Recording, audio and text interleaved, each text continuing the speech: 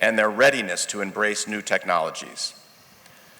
With the majority of Kazakhstan citizens now being active online, it's obvious to me that Kazakh media is poised to leverage technological advances to produce innovative content. I am confident that Kazakh media will thrive in an era of new digital technologies. I want to express my appreciation to all the participants here today for your dedication to Kazakh language media and online content creation. Your work has had a significant impact, and we look forward to witnessing more achievements in the future.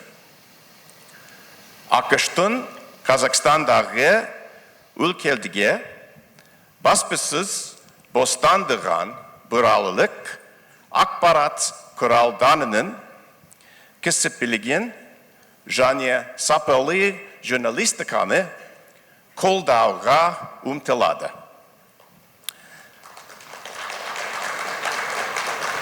Қазақстандағы медианың одан әрі дамып, гүлденуіне бірге атсалысайық.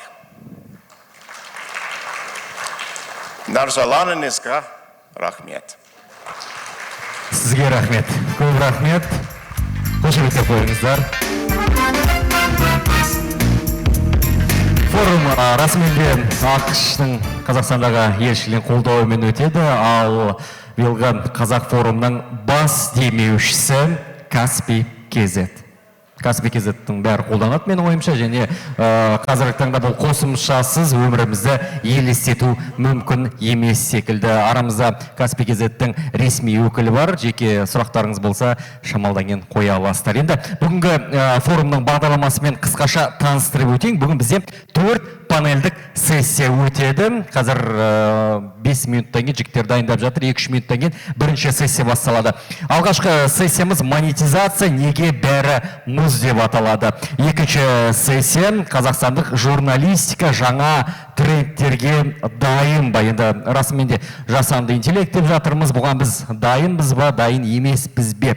Үшінші сессия өте қызық, біздің телевизиядағы әріптестерімізге, әсіресе менің ойымша телевизиядан ютубқа деп аталады, бейімделу, ол жердегі ютубтың тыныс тіршілігі қандай, осы турасында әңгімелесеміз. Ал төртінші сессия танымдық контенттің әлеуеті деп аталады. Егер қызық болса, әрбір сессияға қатысуларыңызды сұраймыз. Және сағат 17:10-да 2 бірдей мастер-класс болады.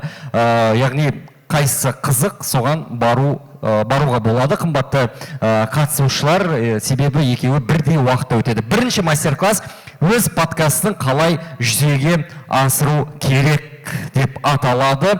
Жүргізетін подкастер, бірнеше подкасттардың авторы, подкаст үшін кәдімгідей шырылдап жүрген жандардың бірі Елдар Құдайбергенов бүгін арамызда отыр. Елдар мырза, алғашқы мастер-класс Елдар мырза өткізеді. Екінші мастер-класс медиа желіде жасанды интеллектті қолдану тәсілдер деп аталады.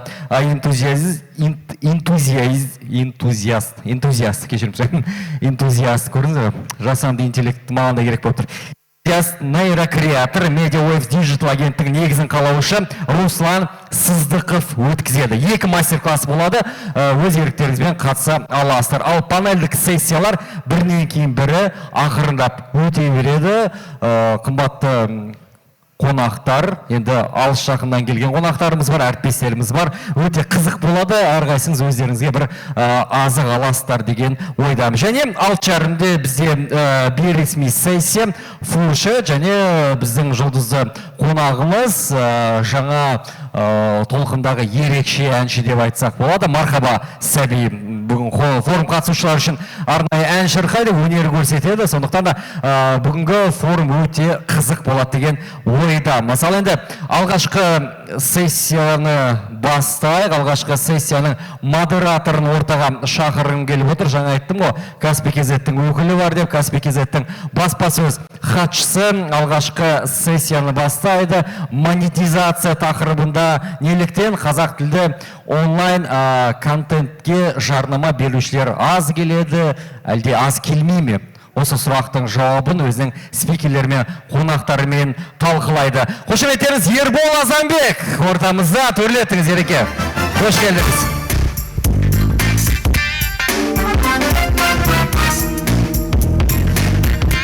Айтпақшы, құрметті Ереке, өзіңіз енді алғашқы модератор ретінде бүкіл модераторларға, спикерлерге тағы бір айта кетейік, бізде уақыт шектеулі, сондықтан да барынша бір-біріміздің уақытымызды сыйлап, аяқтап отырайық, спикерлерге де қатысты.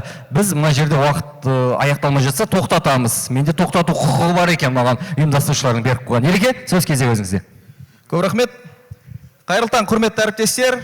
Бүгінгі форумның бірінші панеліне қош келдіңіздер. Байқағандарыңыздай, қолдарыңыздағы бағдарламада аты монетизация неге бары мұз деп аталады. Және мен бұған қосқым келетіні монетизация мәңгілік тақырып деп қосып айтқым келеді. Өйткені монетизация мәселесі бұған дейін қаншама форумдар өтті. Соның бәрінде талқыланды. Әлі де талқылана береді. Өйткені өте өзекті мәселелер әлі де көп, шешімін табу керек мәселелер өте көп. Сондықтан бүгінде осы мәселеге тағы бір шолу жасап өтеміз. Жалпы бұқаралық ақпарат құралдары мен маркетинг саласындағы қазақ тілді контент өндірушілерге қатысты, қазақ тілді бұқаралық ақпарат құралдарына қатысты қалыптасқан біраз пікірлер бар. Олардың негізгілерін айтып өтсем, қазақ тілді аудиторияның ақшасы аз, қазақ тілді контент қызық емес немесе әлсіз, сол үшін аудитория мен жарнама берушілер ақша құймайды. Қазақ тілді аудитория орыс тілдегілерге қарағанда аз. Сары жағал контент көп болған соң сенімділік аз деген түсініктер қазіргі уақытта өзгерді ме? Бүгін осы және монетизацияға қатысты басқа да өзекті мәселелерді талқылайтын қонақтарымызды ортаға шақырайын. Арман Әубәкір, Адырна ұлттық порталының жетекшісі.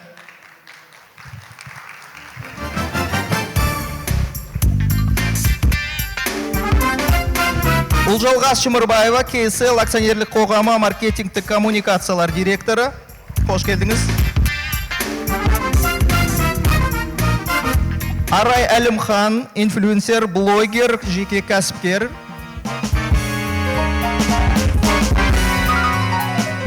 Самал Ибраева, Улыс Медиа КЗ сайтының негізін қалаушы, бас редакторы.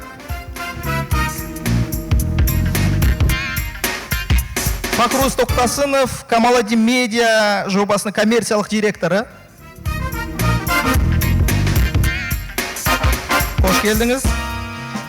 Және Ерболат Мұхамеджан, Мақсұт Нәрікбай университеті басқарма төрағасының орынбасары. Құрметті әріптестер, қош келдіңіздер. Барықтарыңызды көргеніме қуаныштымын. Бүгін аса маңызды өзекті мәселені талқылайын деп отырмыз. Барынша құпия ақпараттарыңызбен де бөлісіп, осы жерде жиналған әріптестерге көбірек, кеңірек ақпарат береміз деп ойлаймын. Енді жаңа айтып кеткенде, бұл монетизация мәселесі біраз уақыттан бері талқыланып келе жатқан мәселе.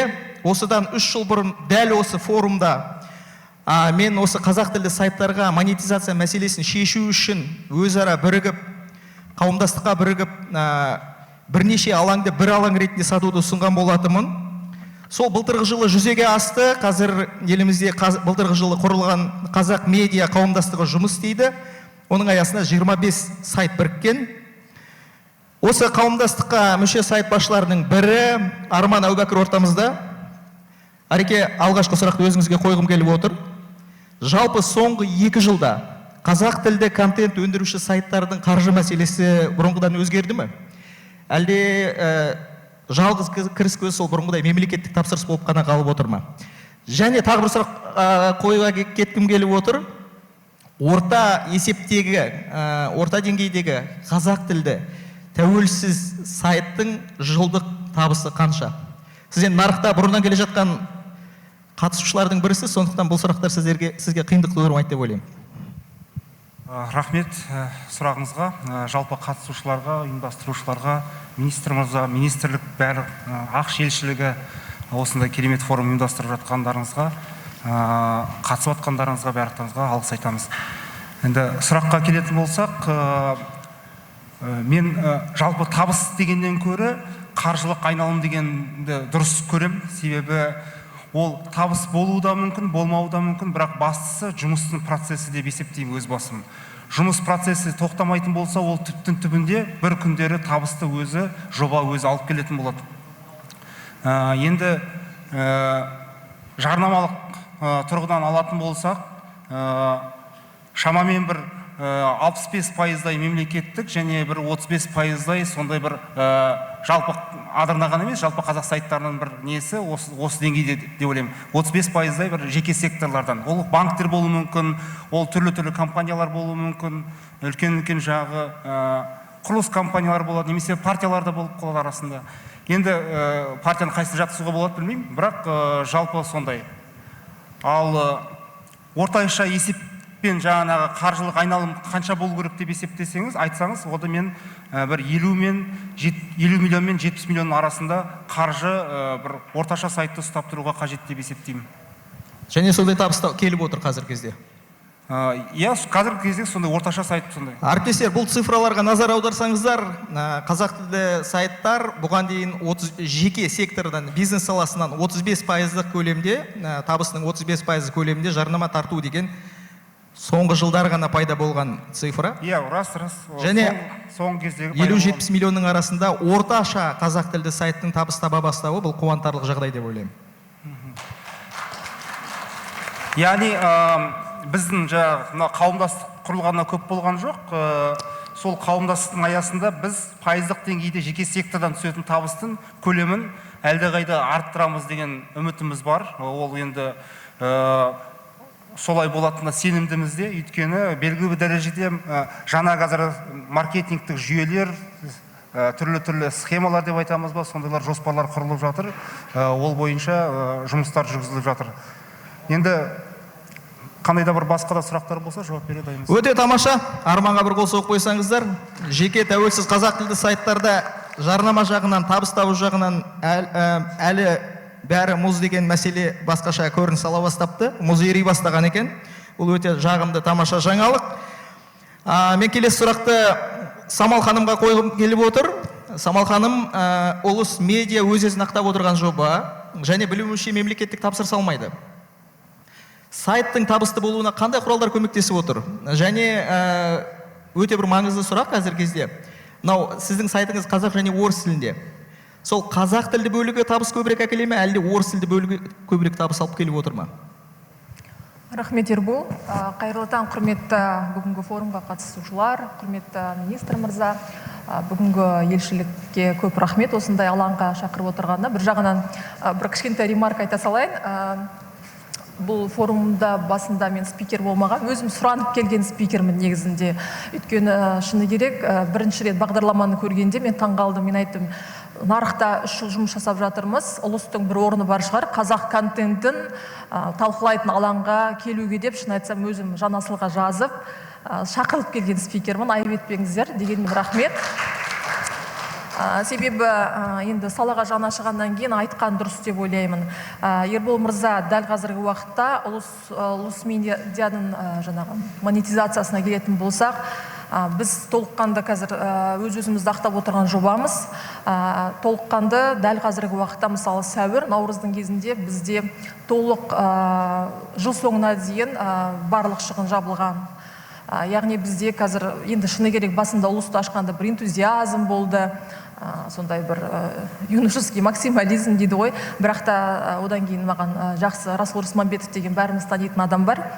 Ол кісі айтты, Самал, сен немесе медиа менеджерсің, немесе оппозиционер болып, алаңға шығып, саясаткер бол, немесе сен медиа менеджер болып, өзінің редакцияңды ұстап, кәдімгідей монетизацияға келіп, табыс табатын деңгейге жету керек дегенде мен кәдімгідей ойланып қалып, кішкене жиылып, монетизация жолына келдік. Қазіргі уақытта әлі өкінішке орай әрине қазақ контенті мен орыс контентін салыстыратын болсақ, орыс нұсқасы бізге табыстың 80%-на келіп отыр. Өкінішке орай қазақ контентінің табыс көзі өте аз. Дегенмен біз ең бірінші тұста осы қазақша контент жасау басты миссия, ал енді орыс контентін біз енді табыс көзі үшін, рейтинг үшін ұстап отырмыз деп айтуға болады, шыны керек. Өйткені жарнама берушілер де, біз былтыр осы тақырыпты айттық қой, ол уақытта бізде мүлдем қазақша мүлдем жарнама келмеген, есіңізде бола ма Ербол? Былтыр біз осы уақытта талқыладық Медиа Уикте, Астана Медиа Уикте. Содан кейін бәлкім менің сөзімді естігеннен кейін шығар, ұялғандарынан біздің жарнама берушілер қазақша да жарнама бере бастады. Мен біздің жарнама берушілерді ашық айтуға қашанда дайынмын, қашанда бізді қолдап отырған жарнама берушілердің енді біз демеп, сеніп отырғандарға көп рахмет. Оның арасында квазигоссектор компаниялары бар, шетелдік компаниялары бар, Шеврон сияқты компаниялар да бар, Ұлттық банк сияқты компаниялар да бар, Халық банк сияқты компаниялар бар. Сондықтан да біз өзіміздің жарнама берушілерден ұялмаймыз, беріп отырған контент үшін ұялмаймыз. Ешқашан жарнама берушілер біздің редакциялық саясат араласпайды. Бұл нақты сондай енді ашылған деңгейде, енді біз редакциялық саясат ол өзінің деңгейінде жүріп жатыр. Жаңа Арман мырза айтты, жылдық 50 миллион дедіңіз бе? 50-70 миллион көлемінде айналымы. Енді бізде 2 есе көп бұдан, дегенмен біз толық қазір табысты алып, одан бұнымен қоса әлі сәуір ғой, біз қазір маркетолог алып, енді жыл соңына дейін 8 ай бар. Біз тек қана табысты жауып қана емес, біз дивиденд алатын деңгейге жеткім келеді қазіргі уақытта. Сондықтан да біз дивиденд алып, таза дивидендтен салық төлеп, салықтан дивидендтен журналистер бонус алып, мен де өзім бонус алғым келеді. Неге алмасқа? Сондықтан да осындай деңгейге жету керек деп ойлаймын. Ашық, ешқандай қара касса деген жоқ, ешқандай Каспий аударым деген жоқ. Сондықтан да енді басында қиын болды бұған төтеп тұру, шыны керек. Өйткені айтады ғой, соблазн дейді, самалына материалды салып жіберші, самалына материалды өшіріп жіберші, міне саған миллион, міне саған 2 миллион деген сияқты ұсыныстар жоқ емес бар. Бірақ енді аузымызды Алла деп жүрген адамдармыз. Сондықтан да енді бұл әйгер соблазнан аман есен, жоқ деп қиын болса да, жоқ деудің арқасында, менің ойымша, біз абыройда жинап, енді жұмыс жасап жатырмыз. Сондықтан да біздегі журналистер барлығы штатта, барлығы келісім шартпен жұмыс жасайды. Мен ойымша, жалпы қазіргі уақытта енді бақ деген өте қиын нәрсе. Арман мырза жақсы біледі. Мен сол үшін Арманды сыйлаймын қаншама жылдар бойы.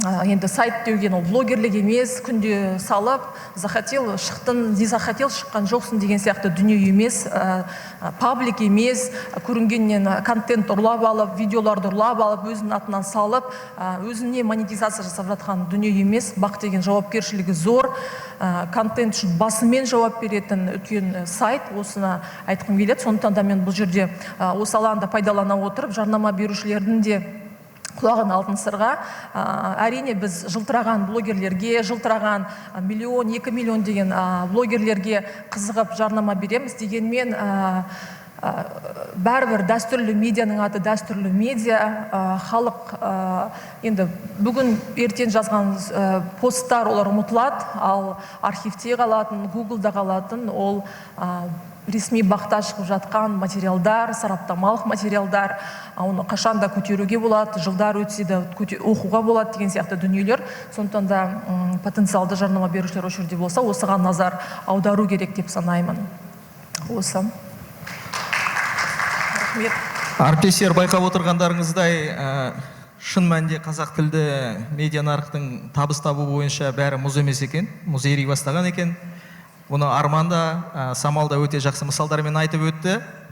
Мұз деп енді жоқ деп отыра берсе ештеңе де шықпайды. Қазіргі заманда аяққа дамыл жоқ, шыны керек. Таңғы 6-та тұрасың, түнгі 12-ге дейін, 1-ге дейін жұмыс жасайсың, жарнама берушілердің алдында жұмыс жасайсың. Одан кейін қаншама аймақтардан халық звондап жатыр, бізде мынандай проблема, мынандай ол жағында жабасын. Өйткені енді редакциялық саясат болғаннан кейін ұстаным бар, тәуелсіз бақ ретінде өзінің ақпаратынды беруім келеді.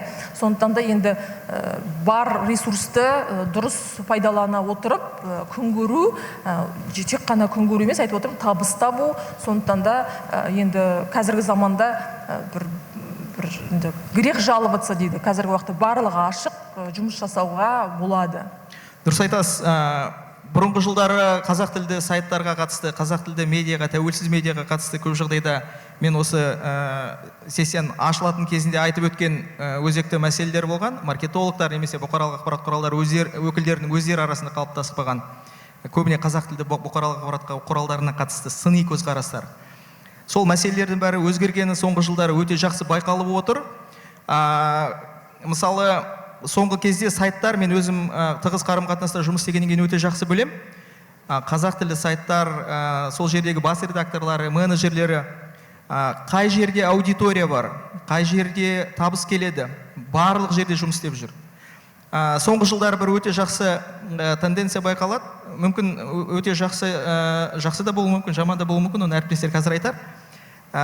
Сайттар қазір әлеуметтік желіге бет бұрып, жеке өздерінің жобасынан бөлек әлеуметтік желідегі жобаларын қалыптастыра бастады. Мысалы, Дала News KZ сайты Facebook'тегі 3 миллион аудиториясы бар, топтары бар, Телеграмдағы каналдары бар, соларды дамытып, өздерін эко-жүйе деп атап жүр.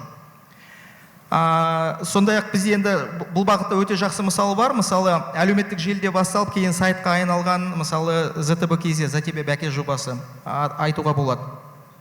Арман мен Самал, сіздерге осы әлеуметтік желімен жұмыс және әлеуметтік желі арқылы монетизация мәселесі қалай болуда сіздерде? Өте орынды сұрақ.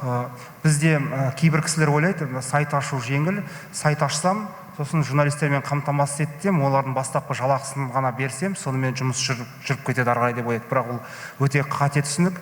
Мысалы үшін сіз малды айталық ауыл шаруашылығымен айналысасыз, сіз малды сатып алсаңыз, бірақ оған өрісіңіз жоқ болса, жайылатын жеріңіз жоқ болса, онда малды сатып алғаныңыздан бекер. Ол сіз қалада тұрып мал сатып алғанмен бірдейсіз. Яғни сіздің ең әуелгі өрісіңіз болу керек. Ол өріс деген не? Яғни әлеуметтік желілер. Сіз сол әлеуметтік желі арқылы тек қана монетизация жасамайсыз, ол сайтыңыздың орысша айтқанда продвижениесін ілгерілетуін жүргізесіз.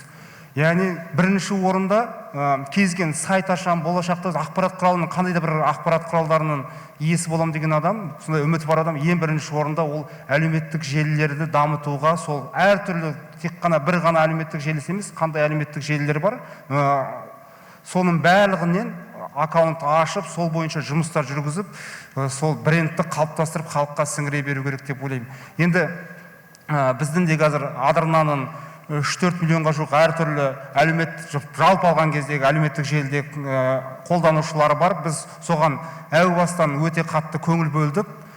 Соның жемісін уақыт өте келе жеп жатырмыз. Ал енді бірінші орын, мысалы үшін, адам бәріне жетуі, бәріне қаржы жұмсауы бірдей мүмкін емес, қиын ол, мысалы үшін. Мен бірінші орында сол әлеуметтік желілерді бірінші орынға қойып, соны дамытуға, соған қаржыны барынша көбірек салып, күшімді, энергиямды соған көбірек салдым. Енді ол бір деңгейге жетті, енді мен контенттің мазмұнына көбірек көңіл бөлуге тырысып жатырмын. Яғни, осындай бір белгілі бір стратегиялар керек деп ойлаймын, және ол стратегиялар алдағы уақытта да өзгеріп отыра береді. Мысалы үшін, бір кезде бір әлеуметтік желінің популярности, танымалдығы артып кетеді, бір әлеуметтік желінің денесі төмендеп кетеді. Бір кездері, мысалы үшін, ВК жақсақ болды, мысалы үшін, қазақ қоғамында, бірақ қазір ол еш қолданбайтын, сондай бір керексіз сондай болып қалды. Мен, мысалы үшін, үлкен көлемде аудиториям ВК-да да бар, бірақ олар жартылай өлі болып тұр қазір, мысалы үшін. Арман, қазақ тілді аудитория қай әлеуметтік желіде көбірек отырады, және сіздерге қайсысы көбірек табыс әкеліп отыр? Енді ашығын айтқанда, бізде қазір көбінесе Фейсбукта үлкен аудиториямыз бар. Мен көп қаржымды негізінен Фейсбукқа жұмсадым. Және жасы үлкен, көбіне сапалы оқырмандарымыз бізде Фейсбукта. Және Фейсбуктың тағы бір артықшылығы сайт үшін неге? Себебі ол трафик әкеледі. Трафик әкелудің екі түрлі жол бар, біреуі SEO, және сосын екіншісі біз өзіміз қолданатын ол Facebook негізінен. Facebook арқылы әлеуметтік желілер арқылы кіру жаңағы. Сонда SEO арқылы көп қаржы қажет етеді, негізі шындап келген кезде IT саласынан аймамай кәдімгі төлеп отыруың керексің. Ал Facebook'ты бір жақсылап дамытып, бір жолға қойып алатын болсан, сол Facebook'тың өзімен-ақ тұрақты оқырмандар әкеліп отыруға болады. Яғни біз сол нұсқаны таңдап, болашаққа дамудың көбінесе сол Facebook'қа күш салдық, және өзіміз де сезіп отырмыз, саяси тұрғыдан жаңағыдай сауатты дейміз ба, саяси белсенді дейміз ба, сондай орта көбінесе Facebook'та. Рахмет, Арман. Самал, бұл мәселеде сіздің пікіріңізді білсек? Бізде әлеуметтік желіде монетизация келіп отырған әзірше тек қана телеграм арналар. Оның өзінде осы жақында Ақорда баспасөз қызметінің қызметкері Нұрмұхамед Абайғараевтың постын оқыдым. Ол кісі енді дәстүрлі медиадан қазір бәрі қалып жатыр, тиктокқа ауысу керек деген сияқты месседж берді. Енді әрине бұл жағынан мен келіспеймін, дегенмен бұл маған сигнал болды. Мен сол постты оқып алып, шынымен де кәдімгідей таныстарды іздеп, мен сол Нұрмұхамедтің постынан кейін 2 күннің ішінде мен тиктокқа арнайы қазір маман алдым. Нұрмұхамедтің сөзінен кейін шынымен де ойландым, мен тиктокты қолға алып, тиктокты дамытып, тиктокты монетизациялау керек шығар деген ойға келдім. Ал бізде қазір телеграм арналар монетизацияланған, инстаграм, пабликтер, фейсбук жоқ, олар тек қана біз трафик үшін қолданамыз.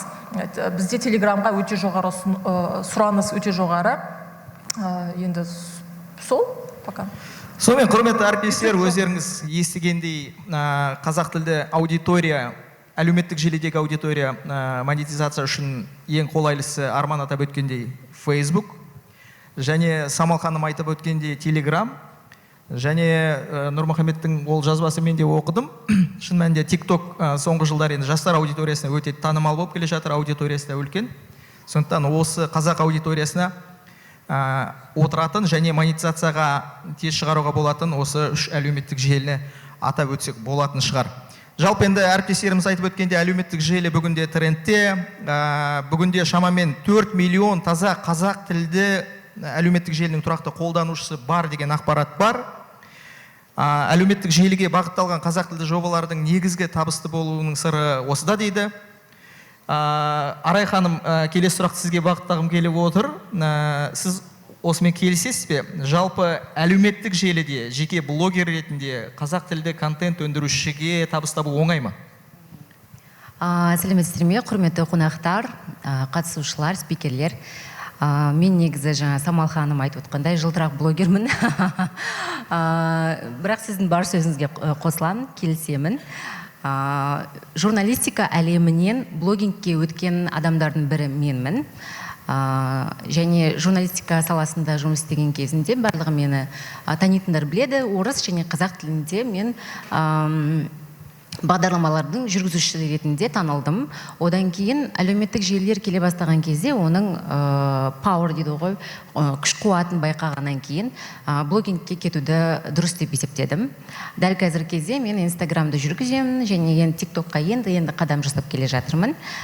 Тиктоктан қалып кетсем де арттан қалмайын деп, ештен кеш жақсы деп. Маған табыс көзін әкелетін қазір инстаграм. Мені жеке кәсіпкер ретінде, әрине бізде өзіміздің бизнесіміз бар, ол біраз ақша алып келеді, бірақ инстаграм маған әжептәуір монетизация алып келеді. Қаржыландырудың саны аз емес. Мен жеке кәсіпкер ретінде тіркеліп, заң жүзінде салық төлеп, қазақшасын қалай екен білмеймін, предоставление рекламных услуг ретінде, предоставление услуг деп осылай өзімді жеке кәсіпкер ретінде тіркеп алдым. Және менен өткен әр түрлі жарнама кейстерінің барлығына салығымды төлеймін. Оны не үшін айтып жатырмын? Кеше Блиновскаяны ұстаған естіген шығарсыздар. Барлығыңыз білесіздер, ертең бізге де ол жетеді, және менің айтып отырғаным басты себебі бізде көп блогерлер қара касса арқылы жұмыс жасайды. Өкінішке қарай, медиа ғана емес, блогерлердің көпшілігі Каспиге аудара салыңыз деп көп нәрседен қашып кетеді, салықтан қашып кетеді. Бұл деген ең бастысы бұл нені көрсетеді? Бұл деген сапалы дүние жасағысы келмейтінін көрсетеді. Өздерінің басына жауапкершілік алғысы келмейтінін көрсетеді. Маған келетін жарнама берушілердің 100% орыс тілді. Олардың барлығы маған контракт жүзінде, договор жүзінде тек орыс тілде жасасаңыз жетеді деп айтады. Бірақ мен оларды постфактум қазақ тіліне аударып, қазақ тіліне пост салып көрсетемін. Кешіріңіздер, мен 50-50% қылып, бірақ көбіне қазақ тілінде жүргізгім келеді деп айтқаннан кейін олар ешқандай сөз таппай қалады. жарайды дейді. Сондай ең соңғы 2 жоба, мысалы Motorola, Lenovo мен сондай жобалар болды. Мен оларға кешіріңіздер, мен қазақ тілінде салғым келіп тұр. Осылай деп шештім деп постфактум қойдым. Олар ешқандай сопротивление жасаған жоқ. Окей, өзіңізге ыңғайлы болса болды деп. Бірақ байқағаным, қазақ тілді жарнама салған кезде менің аудиториям ұйықтап жатқан сияқты, ешқандай белсенділік көрсетпейді. Қазақ тілді бөлігі. Орыс тілінде жарнама салсаң, барлығы вау, эффект, вау деп неше түрлі комментарийлер жазуы мүмкін. Ал қазақ тілінде салсаң, аудитория деп қоя салады. Жай ғана ымдап қоя салады. Сондықтан айналып келгенде бұл бәрібір өзіміздің әр адамның жеке бастамасы деп есептеймін. Егер біз блогер ретінде және менің әріптестерім блогерлер жарнаманы орыс тілінде ғана келеді деп жатса, кешіріңіздер, ол сіздердің бастамаларыңыз. Сіздер мен қазақ тілінде жарнама салуға дайынмын деп айтып, оларға түсіндірсеңіз және салсаңыз, ешкім кедергі сіздерге бола алмайды. Сіздер менің жарнамамның сапасы төмендеп кетеді деп уайымдамаңыздар. Жарнаманы қазір қазақ тілінде сапалы, мағыналы, сауатты, әдемі жеткізуге болады. Және одан да ақша табуға болады. Мен қазір енді шын мәнінде содан қаржы тауып жүрген блогер ретінде соны 100% айта аламын. Табыс табуға болады, бірақ аудитория дайын емес дейсіз ғой. Аудитория ең жаман мәселесі, қазақ тілді аудитория көпшілігі, жаңа айттыңыз ғой, көп 4 миллион деп айтқан аудиторияның барлығы тойский контентті жақсы көреді. Той, би, анау, мынау, сондықтан менің өзімнің лентамда арасында той салып қоям. Кішкене трафик болсын деп, билерімді салып қоям. Олар біліп жүрсін деп, мен халықпен біргемін деп. Бірақ сол тойский контенттен жайлап біз мағыналы, сапалы дүние жасауға кетуіміз керек. Қашанғы адамдар тек ойын сауық туралы ғана ойлайды. Біз оларға сондай азық беріп отырсақ, олар сол жерге қарай жүре береді. Ал біз халықтың жанашыры болып, халықтың жарнама жүзінде де әдемі дамуға көмектесуіміз керек. Бұл бір қоса салайыншы, салық туралы айтып кеттіңіз ғой. Біз мысалы өткен жылдан бастап НДС-қа көштік. 12 пенсионный, басқадан бөлек біз НДС төлейміз. Мысалы, мен білем, бізде көп әріптестер, Самал, неге сен НДС төлейсің? Надо было 2-3 ИП ашып, соны айналымда ұстап отыру керек, бәрі солай жасайды деп, мысалы, маған айтқанда, мен ойымша, енді на перспективы жұмыс жасағаннан кейін ондай қадамға барған жоқпын. Саналы түрде қиын болса да, мен ойлаймын, өткен ауыртпалық 12% деген, дегенмен біз НДС төлейміз, яғни мысалы блогерлер ИП, енді ұяты барлар ИП-ме арқылы 3% төлейді, біреулер вообще төлемейді, ал біз мысалы бақ ретінде еще НДС төлейміз. Мен ойлаймын, әр адам өзінің жеке бастамасы, ол өзінің жеке жауапкершілігі. Біз халықтың алдында жүрген адамдар салықтан қашсақ, жауапкершіліктен қашсақ, басқа жұрт не жасамайды. Көп рахмет.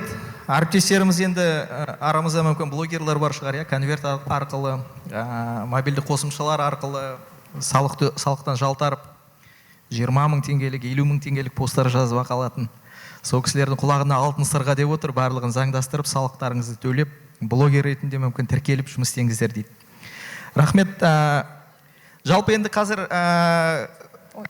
көптеген мамандармен мен осы сессияның алдында сөйлестім, телефонмен кешеде. Көп мамандар айтады, білетін осы саланы. Негізгі мәселе қазақ тілді контентті сата алушылардың аздығынан дейді. Контент өндірушілер бар, бірақ сата алушылар жоқ. Мысалы, кәдімгі кез келген өнімді шығарғандағыдай орап, этикеткасын жапсырып, жарнамасын жасап, тұтынушысын іздеп тауып, өткізе білетін адам жоқ дейді. Шын мәнде о сата білсе, контентті әлемдік деңгейде де сатуға болады екен. Оған қазір бір жақсы мысал ұсынғым келіп отыр. Роликке назар аударсақ, мүмкін болса роликті қойсаңыздар.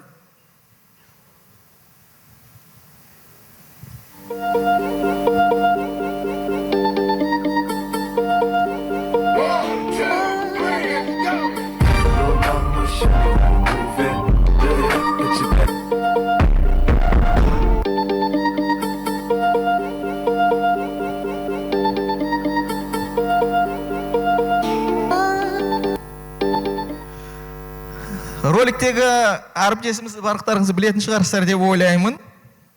соңғы кезде мынандай әзіл пайда болыпты. Бахрейннің королі әлемде 3 адамды арнайы қонаққа шақырған екен. Ол Роналдо, Хабиб және біздің отандасымыз Сергей Цирульников. Сергейді ортаға шақырсақ. Сергей, қош келдіңіз. Сергей, сіз енді халықаралық аренада. Біз екеуміз қатар тұрмай қойсақ. Мен былай алысырақ тұрған дұрыс болатын шығар, Армысыздар ағайым. Менің атым Сергей, қазақша Серғазы боламын. Мен қазақ тілі үйреніп жүрмін. Орысша бола ма? Әрине, орысша. Сергей мырза. Рахмет. Уважаемые друзья, да, сейчас показали малую часть. Все знают меня как продолжателя силовых традиций казахских палуанов. На данный момент моя аудитория в социальных сетях составляет 4,5 миллиона фолловеров. Это социальные сети TikTok и Instagram, ну и многие другие. Также у меня была китайская площадка Douyin. Кто знаком? Знаете, да, что такое Douyin? Знаете, да, ребят, Douyin? Китайская площадка Douyin.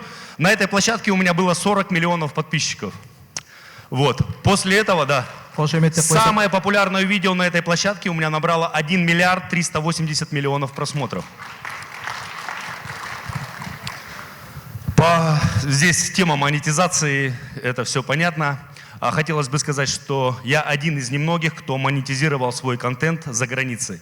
То есть я один из немногих, кто зарабатывает на контенте за рубежом. То есть это Китай, ну Россию тоже будем рассматривать. Россия, Китай, Америка, Испания, Британия. Мои ролики, то есть, были проданы в эти страны, и не только ролики. Было очень много рекламных коллабораций с крупными компаниями, в частности, с китайскими компаниями. К сожалению, сейчас этой страницы у меня нету по контракту, по условиям контракта. Вот. Хотелось бы рассказать еще парочку моментов касаемо социальных сетей, о развитии, в частности, давайте затронем тему ТикТока. Да. Благодаря ТикТоку, вот благодаря Douyin, благодаря именно моей странице, как вы знаете, в Китае порядка 1 миллиарда человек узнали, что есть такой батыр, как Хаджимукан Мунайтпасов. Узнали, что в Казахстане есть силовая культура. Это польза не только мне, да, как имиджевый продукт, но и нашей стране в целом. Это большой вклад в развитие имиджевой части. Далее, как уже было сказано, то есть меня пригласил король Бахрейна. Буквально месяц назад мы прилетели с Бахрейна. И для меня оказалось удивление, что сам король и принц Бахрейна уже в течение 2 лет подписаны на мои аккаунты. Это очень приятно. Вот. Ага. Так, двигаемся дальше. На данном этапе, да, вот я смотрел выступления наших чиновников, депутатов, которые говорят, что TikTok нужно запретить в Казахстане. На мой взгляд, это полная глупость, потому что наши чиновники еще не могут мыслить в полном объеме, так как социальные сети – это мир. Благодаря многим блогерам-миллионникам о Казахстане узнали миллионы людей. В Казахстан приехал большой поток туристов, чтобы посмотреть на нашу культуру, наши обычаи и нашу силовую культуру страны. Поэтому, да, много было сказано о том, что нужно закрывать. Ни в коем случае социальные сети должны служить хорошей площадкой для развития нашей молодежи и для укрепления международных связей. Сергей, көп рахмет сізге. Я еще не закончил, вы меня так быстро не посадите. Я только начал говорить. Джаред? Еще, да? Можно же, да? Можно же, да, поговорю, да, чуть? А то я сидел так ждал, думаю, когда мне слово дадут. И вот, Рахмет, брат, ну ты, в принципе, не сможешь отказать, да, я думаю? Мне мало кто отказывает. Да. Ну, раз я тут, я хотел бы рассказать вам одну очень интересную историю касаемо, я являюсь продолжателем силовых традиций. Благодаря социальным сетям у меня есть проект, называется «100 аулов», где я езжу в удаленные регионы нашей страны и обеспечиваю сельские школы спортивным инвентарем, провожу с детьми мастер-классы. С государства финансирования нету, это делаю я со своего кармана. Чтобы заниматься благотворительностью, нужно хорошо зарабатывать. И социальная площадка – это один из источников, благодаря которому я помог 103 аулам в нашей стране. 103 аула получила лично от меня и от моей команды спортивный инвентарь. Были проведены мастер-классы на тему силовая культура и история. Ну давайте ближе к делу, да, я много говорю, наверное, то я как депутат уже говорю, нужно же действовать, да, нужно действовать, делами доказывать, а не словами.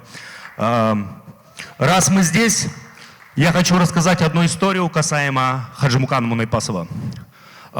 Казахстан батырлар кім біледі? Кім? Тағы. Жарайды, тағы. Серғазы батыр, жарайды. Отдельный подарок от меня. Тағы. Все? Все? Еще? Сергей батыр деп жатыр. Назарбай батыр. Есін батыр. Махамбет. Токаев батыр. Да, это...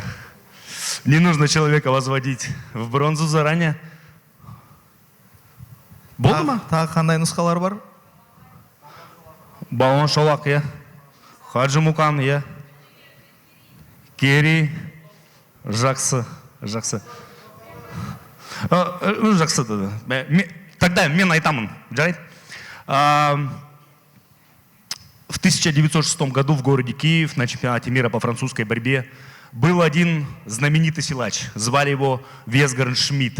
Он славился невероятной силой рук, был очень большой, мощный, ну почти как я, только у меня усы красивее, чем у него, конечно. И так вот, у него был один номер. Он вызывал борцов из зала и говорил: кто сдвинет мою подкову хотя бы на 1 сантиметр, получит от меня 100 золотых монет. Многие борцы прошлого пробовали это сделать, соответственно, ни у кого не получалось.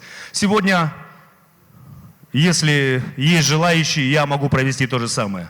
Если есть в зале люди, 2 человека, если вы вдвоем сдвинете мою подкову хотя бы на 1 сантиметр, вы получите от меня iPhone 14. Есть желающие?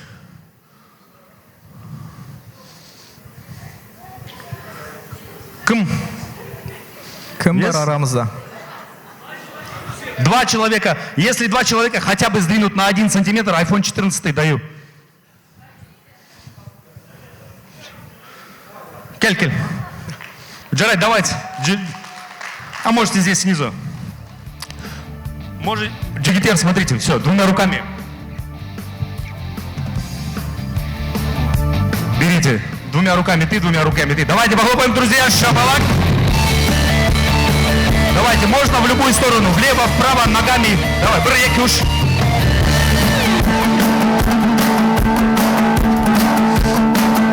Но iPhone 14 на кону.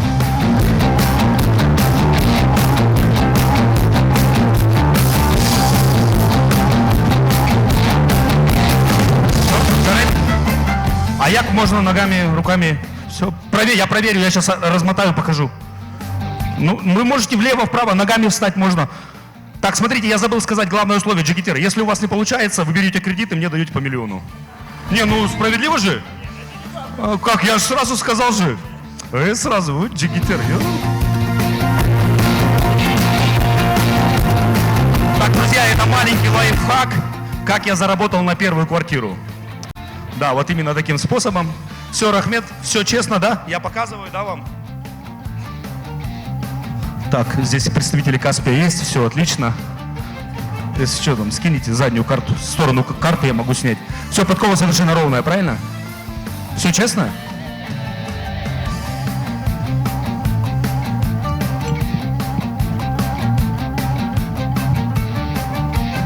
Блин, чуть-чуть неудобно, без петлички, паузы. Итак, был силач, который проводил вот примерно такие же номера и говорил: кто сдвинет мою подкову, получит от меня 100 золотых монет. Многие силачи прошлого пробовали это сделать, соответственно, ни у кого не получалось. И Весгарн Шмидт, так же, как и я сейчас, самодовольный, уходил.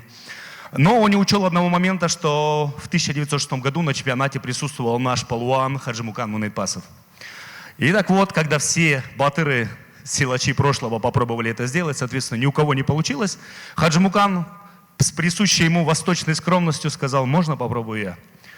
Тогда ему сказали, ну что, киргиз? Тогда сказали, киргиз. Ну что, киргиз? Конечно, попробуй. Если у них не получилось, куда тебе? Сейчас я хочу продемонстрировать разгибание подковы в стиле нашего палуана Хаджимукана Мунетпасова. То, как это делал наш палуан. Я сам разгибаю немного по-другому, но я покажу это номер, как выполнял сам наш палуан. Только под ваши аплодисменты, друзья, дайте шума. И еще раз, история Казахстана – это целый пласт, силовая культура и история Казахстана. Это целый пласт нашего достояния, на котором должна воспитываться современная молодежь. Четкое знание традиций, четкое знание истории дадут правильный вектор в направлении и развитии нашего молодого поколения. Сейчас.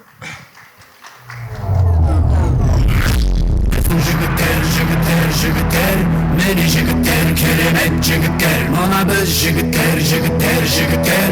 Arlanday, tarlanday bizning jigitler, meni jigitler, jigitler, jigitler, jigitler, jigitler, jigitler,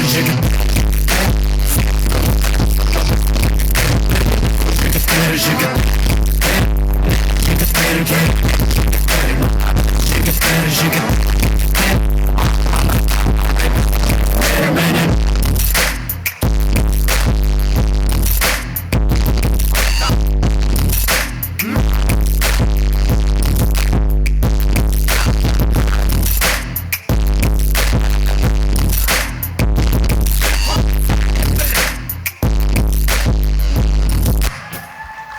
Көп рахмет. Уақыт. И наш палуан вывернул подкову в обратную сторону.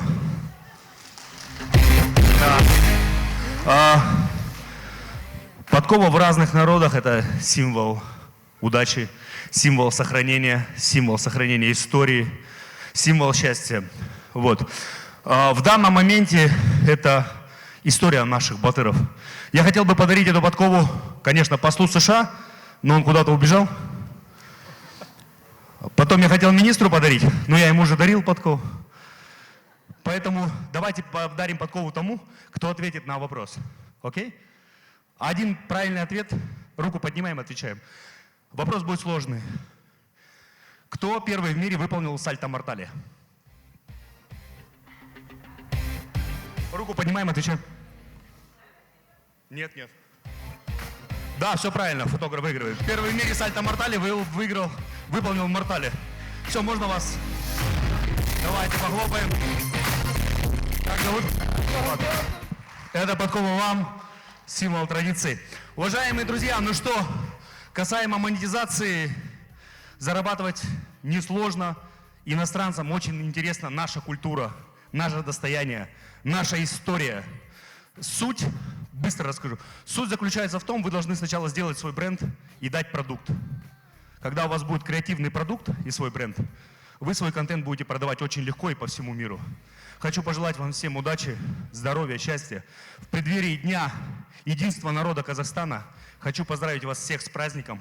Пожелать вам мирного неба над головой, самое главное, большого дастархана, много близких друзей, ваших близких, родных людей и счастья и процветания нашему сакральному, священному Казахстану. Рахмет, рахмет. У казахов есть очень хорошая поговорка, которая мне близка по жизни. Жомала көтерген жүк жеңіл. Когда мы едины, мы сила. Рахмет, рахмет сізге. Көп рахмет, Сергей. Түрлі осындай видеоларымен әлемдік платформаларда контентін монетизацияға айналдыра білген осындай замандасымызға үлкен рахмет. Және Сергейге 100 ауыл жобасы үшін де үлкен рахмет айтқымыз келеді. Бұл жоба Қазақстандағы әр түрлі өңірлердегі ауылдарды спорттық жабдықтармен қамтуға бағытталған. Сергей соны жеке өзінің ерік күшімен, жігерімен жүзеге асырып жүр. Сондықтан бір қол соғып рахмет айтып қойсақ. Сергейге рахмет айтып, ары қарай асан қайғы тақырыбымызды жалғастырсақ. Жалпы соңғы кезде енді кез келген жобада өздеріңіз байқайсыздар, ол тек қана медиа саласында емес, басталғаннан кейін белгілі бір деңгейге көтерілгенде барлығы монетизацияға ұмтылады. Бұл бизнестің бұлжымас қағидасы. Алайда мынау біздің медиа саласында осы қағидаға қарсы жүретін азаматтар бар. Сұхбат берушілерден YouTube жобасында ақша алмайтын, тіпті YouTube каналына монетизацияны өшіріп тастаған адам әріптесіміз отыр. Ерболат Мұхамеджан мырза, Ерекеңге сол монетизацияны өшіріп тастаған үшін қол соғып қойсаңыздар. Ереке, сізге сұрақ, неге бұлай? Әлде сіздің артыңызда үлкен қаржылай қолдаушы болғандықтан монетизациядан бас тарттыңыз ба? Қызық сұрақ екен енді. Маған арналмаған сұрақ сияқты, бірақ сонда жауап берейін. Росатом деп па? Қалжың әрине. Росатом компаниясы Ерболат Мұхамеджанның қолдаушысы. Иә, немесе Самұрық-Қазына, немесе Аманат партиясы, немесе ақш. Қалжың әрине. Бірақ бұл жерде бір нәрсені түсіну керек. Мен ойымша YouTube-та көрерменді сыйлау керек. Себебі кезінде мысалы біз жалпы телеарнадан неге YouTube-қа кетті деп мен адамдар өзім кейбір кезде ойлаймын да. Неге адамдар YouTube-тан қарайды, немесе Facebook-тағы видеоларды қарауға тырысады. То есть көшіріліп записі бар ма деп сұрап жатады. Жақсы бір сапалы контенттің TV-дағы. Себебі бізді тіпті телесериалдардың өзінің кезінде керемет кәдімгі рейтинг жинап жатқан дейікші. Ортасында мысалы рекламамен адамдар қан ішетін. Тіпті айтыстың өзінде, жалпы кез келген контент кезінде телевидение сол кезде рекламаларды тыға беретін, көрерменді сыйламайтын. И ол белгілі бір тұрғыда көрерменнің ол жақтан кетуіне әсер етті. Кейін мысалға белгілі бір мемлекеттік қолдау алып отырса да, белгілі бір тапсырыстар алып отырса да, YouTube-та адамдар монетизацияны сала бастады. Мен осы жерде Жанасыл деген досымыз бар, сол бірге көмектесті осы YouTube каналды ашатын кезде. Сол кезде енді Жанасыл әрқашан монетизацияны жақсы көреді ғой. Енді ол бірнеше YouTube каналдың көрінбейтін артында тұрған жігіттің бірі ғой, мен артында тұрған Жанасыл деп па. Сол Жанасылға бір қол шапақтап қойсақ болады негізі. Шын мәнінде YouTube-тегі қазақтың Самсоны деп айтсақ та болады. Монетизацияға шығуына көмектесіп жүрген қаншама алтын, күміс кнопкаларда келіп жүрген. Сол кезде біз Жанасылмен әрқашанда спорға келеміз. Жанасыл айтады, пайда келу керек, ақша келу керек, ана жерге түсу керек. Мен айтамын, болмайды олай. Болмайды. Біз көрерменді құрметтеуіміз керек. Маңызды емес. Ол қандай контент, тіпті просмотр қанша жинайды, 500, 300, 100 мың, маңызды емес. Маңыздысы сен көрермен оны көру керек. Енді екінші тұрғыда менің түсінігімде бірінші кезекте біз енді ақпарат берушілеріміз ғой. Қандай болсын контент қалыптастырушымыз. Сол тұрғыда біз бірінші кезекте меніңше монетизацияны ойламауымыз керек. Бірінші кезекте біз сапалы ақпаратты беруді түсінуіміз керек та. Және ол кез келген сайт болсын, жаңа маған Арайдың бір принципі ұнады да, ол мен әрқашанда қазақ тілінде беруге тырысам деп та. Ол құндылық. Яғни кез келген бұқаралық ақпарат құралы болсын, YouTube жоба, канал маңызды емес. Барлығында міндетті түрде белгілі бір принциптер құндылыққа негізделу керек. Мысалы біз енді сайлау уақытында көріп отырмыз, иә? Белгілі бір мысалға бұқаралық ақпарат құралдары бір жағынан басқа бір тарапты көрсетіп жатады, екінші күні қарасаң басқа бір тарапты көрсетіп жатады. То есть сен түсінесің, екеуі де саған мысалға олар қаражат ұсынған, бірақ сен отказ жасағансың, мысалы. Бірақ олар белгілі бір тұрғыда әр түрлі, яғни ақпарат көздерінде солай шығып жатады. Сондықтан мен бұл тұрғыда көрерменді құрметтеу керек деп өз басым есептеймін. Яғни бұқаралық ақпарат құралы болсын, YouTube болсын, ол навязывать етпеу керек бір заттарды мысалға. Бір өзінің қалап тұрған, өзінің бір ойындағы таракандарын көрерменге, аудиторияға, яғни навязывать етпеу керек. Көрермен өз шешу керек. Ол дұрыс па, бұрыс па, қажет емес па деп. Мен сол тұрғыдан қарауға тырысам. Енді бірақ бір мәселе бар. YouTube-та шын қарау керек. Жаңа сіз сұрап отырсыз ғой, монетизацияны тоқтауға қатысты. Көп ақша емес. Вот Самалда біледі ғой, ода көп керемет ақша емес. Шамамен мен алдында Самсонның анализін көргем, бізде жылына 6 миллион доллар. Егер біз Британия, Норвегияларды қарасақ, миллиард, 12 миллиард, жаңағы керісінше өте үлкен көлемде ол жақта оборот айналып жатыр. Сондықтан бұл жерде сіздер бір мәселені енді қазір меніңше Қазақтелеком өте жақсы, қателеспесем, Ұлжалғас, иә? Кейсел. Иә, Кейсел өте жақсы көтереді деп ойлаймын бұған қатысты. Бізде трафикта аз. Енді бәрібір де реклама берушілер, олар көп емес нарықта. Біздің нарық өте кішкентай. Егер сен монетизация тұрғысынан, басқа тұрғысынан қарайтын болсаң, онда сен ағылшын тілінде, онда сен мына Ресей, Украинаның нарығына қарай шығып бастауың керек. Мен мақсатым бір, шынын айтайын, бір ақша жасау, немесе сол жерден бір табыс көзі ретінде қарау мүлдем болмады. Мүлдем тіпті басында бастаған кезде ондай принцип болмады. Ал біздегі проблеманың бірі, түсінгенім, YouTube-ға немесе кез келген ақпараттық салаға келген кезде бірден табыс көзі ретінде қарай бастайды. Мысалы, Америка Құрама Штатында мен достарыммен сөйлесем, сол кезде олар айтады, мысалы біз көріп отырамыз ғой, әртүрлі бір контент түсіріп жатады ғой, біреу ағаш кесіп жатқан, там просмотры өте көп, бірақ монетизация жоқ. Сосын сұрайым, неге бұлай бұлар? Неге сондай күшті көрінеді мысалға да, ешқандай жаңағы монетизация тұрған жоқ, қайта-қайта сары рекламалар тұрған жоқ YouTube-та. Сонда айтады, олар уже белгілі бір рухани деңгейге жеткен дейді да. Яғни, материалдық құндылық. Ақшасы бар, басқа, яғни ол жерді бір табыс көзі ретінде қарамайды, жай хобби ретінде қарайды да. Жай хобби, керісінше бір халыққа бір пайдалы іс істесем деп қарайды. Сол кезде оның принципімен жаңағы контенті сәйкес келеді дейді. Сол қысқасы. Рахмет. Ерболат мырза, сізге тағы бір сұрақ қойғым келіп отыр. Сіз енді пиар, коммуникация және журналистиканың да баррикаданың екі жағы дейді ғой. Сонда көрген азаматсыз. Әлеуметтік желілерінде белсенді жұмыс істейсіз. Соңғы кезде жалпы қазақ тілді контент мейкерлер көбейіп келе жатыр. Оны күнде бір әртүрлі жобаны байқауға болады. Не жетіспейді сол жобаларға? Сырттай бір сыни көзбен қарағанда.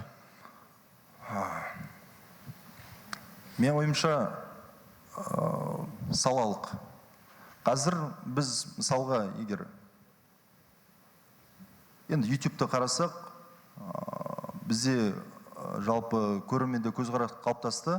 YouTube-та жалпы контент ретінде, окей, түсінікті, телеканалдардың проекттер, басқалары көшіріп салына береді, эфирден көрсетіледі, сосын сол жаққа салынады. Ол түсінікті, ол контент емес. Ал көрермен үшін бір түсінік қалыптасып қалды. YouTube бұл бір сұхбат алаңы сияқты болып қалды да. Шын айту керек. Сұхбат алаңы, сол көлемде ғана бір түсінік қалыптаса бастады. Мен ойымша салалық заттар жетіспейді, әсіресе салалық.